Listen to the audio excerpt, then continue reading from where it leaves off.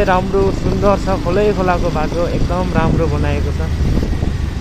र यो चाहिँ रुद्रमती चोकमा आइपुगेको छु। यो चाहिँ डाफोडिल स्कुल हो।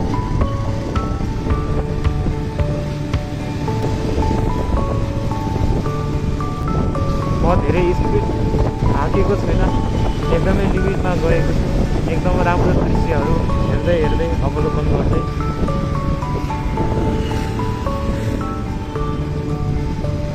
यहाँबाट पारी गएपछि चाहिँ आकाशे धारा जान्छ। हामी यहाँ माथि जानेछौँ यताकै बाटोबाट।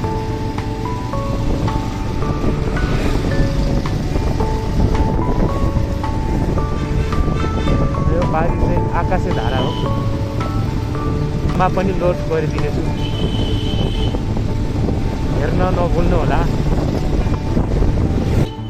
भङ्गाल चोक आइपुग्छ। अलिक माइक नभएकोले गर्दा स्पष्ट आवाज आउँदैन होला। पछि माइक किनेपछि राम्रो स्पष्ट आवाज आउने बनाउँछु। र यहाँबाट पारीतिर गएपछि भङ्गालको छेउछेउ जानेछ। र बाटो एकदम राम्रो छ, वारिपारि नै।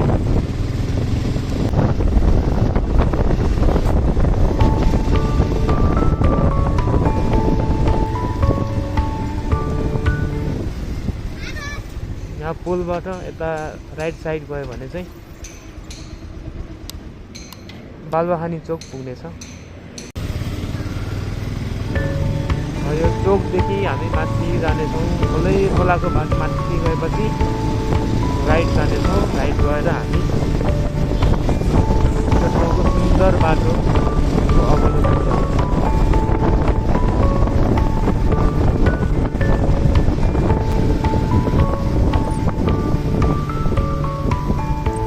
र यो चाहिँ भङ्गाल चोक हो।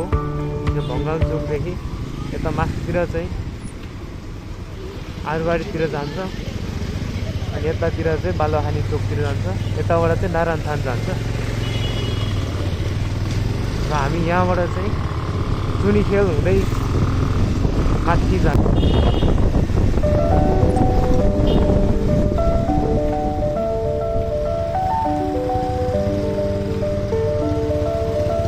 यो खोलाको बाटो एकदमै असाध्यै राम्रो छ। ठाउँ ठाउँमा बोट बिरुवाहरू रोपेकोले एकदम सुन्दर देखिन्छ। अहिले चाहिँ अलिक धुलो मैलो बढी छ। केही समय पछाडि चाहिँ एकदम हरियाली देखिन्छ। यो चाहिँ टेलिभिजनको कार्यालय जाने बाटो। यहाँदेखि यता चाहिँ करुणा हस्पिटल जान्छ। र हामी यो चोकमा आइपुगेका छौँ। र यहाँ बजार पनि एकदम राम्रो छ। थोरै जाम भयो, अगाडि बढाएको खोलाको बाटो जानेछौँ।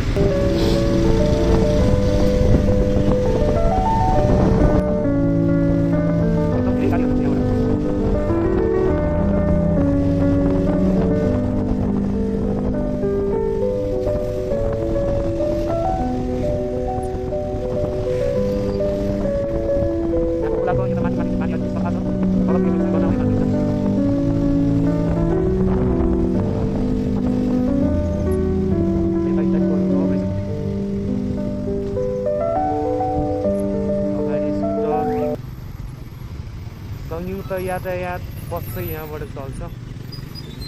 र एउटा पार्टी प्यालेस पनि रहेछ यहाँ, भर्खर खुल्या जस्तो छ। दाम भइरहेछ।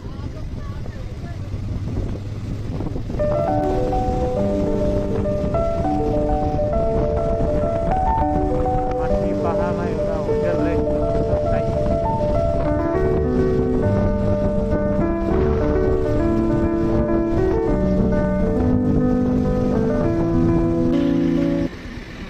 यो चाहिँ गाम्सा चोक रहेछ।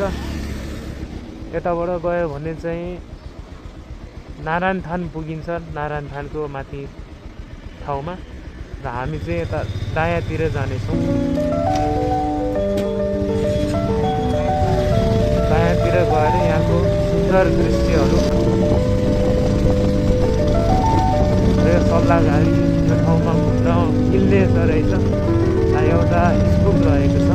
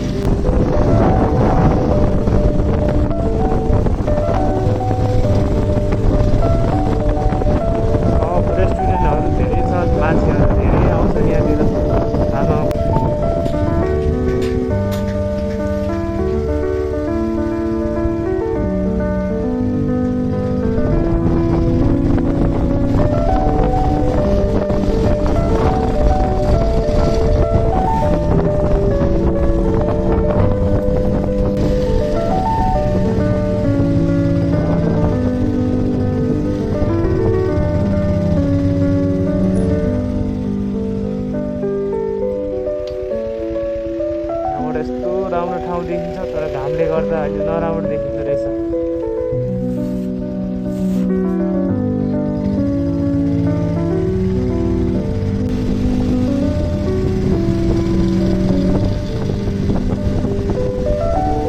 गरेर राम्रो भयो।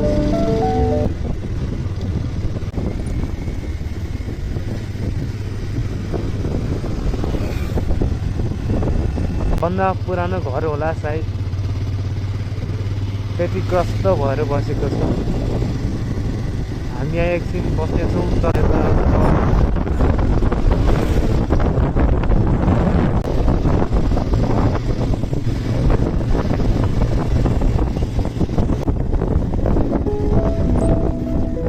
चटपटी खाने हो यहीँ बसेर। र यहाँबाट चाहिँ यस्तो राम्रो देखिन्छ।